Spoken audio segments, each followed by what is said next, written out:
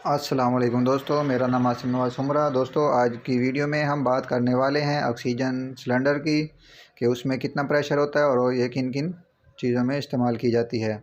तो सबसे पहले हम बात करते हैं दोस्तों इसके प्रेशर की कि इसमें कितना प्रेशर होता है। तो ये आपको नज़र आ रहा होगा, इसके ऊपर मीटर लगा हुआ है, गेज लगी हुई है, इसमें 2000 PSI प्रेशर होता है। ये आपको नज़र भी आ रहा होगा।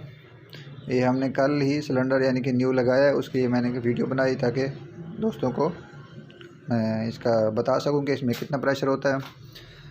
और ये दूसरा नंबर, ये वेल्डिंग में भी मदद देती है, लोहे को काटने के लिए गैस कटर की भी मदद देती है, साथ LPG इस्तेमाल की जाती है। और तीसरा इसका फ़ायदा ये है कि दोस्तों ये हॉस्पिटल में मरीज़ों को भी लगाई जाती है, उनके सांस में जो प्रॉब्लम होती है तो ऑक्सीजन के सिलेंडर लगाए जाते हैं। ख़ास ये छोटे सिलेंडर हों या बड़े हों, दोनों में ही 2000 PSI प्रेशर होता है। ये बत्ती आपको देख रही होगी, टार्च आप देख रहे होंगे, के साथ एक LPG इस्तेमाल हो रही है और दूसरी दोस्तों ऑक्सीजन इस्तेमाल हो रही है।